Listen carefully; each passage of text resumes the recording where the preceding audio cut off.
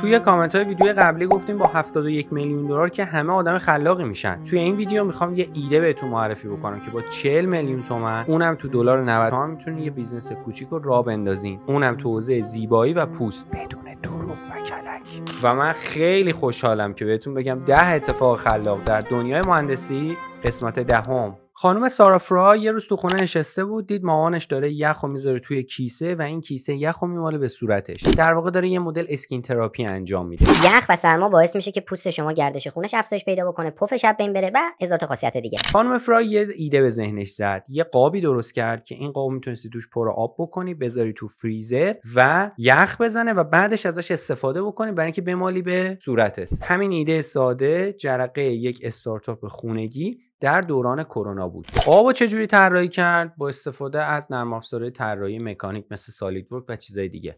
قابشو چجوری ساخت؟ با استفاده از پرینتر 3 بعدی. واقعا با استفاده از پرینتر 3 بعدی که حدود 30 تا 40 میلیون تومان قیمتشه تو ایران. چجوری فروخت؟ اولین ویدیوشو توی تیک تاک آپلود کرد و ویوهای ارگانیک میلیونی گرفت. و همینطور بود که سفارش براش ثبت میشد. این خانم توی برنامه شارک تنک که آرزوی همه استارتاپ هاست که توی این برنامه شرکت بکنن و جذب سرمایه بکنن هم شرکت کرد. Wow, it really works. Yeah, seriously, it's so calming.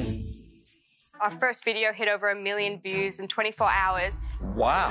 Sarah, I swear I've seen this product before, and I think I've seen your TikTok video. 1.2 میلیون دلار جذب سرمایه کرد و الان واقعا تبدیل به یه بیزنس خیلی خوب شده.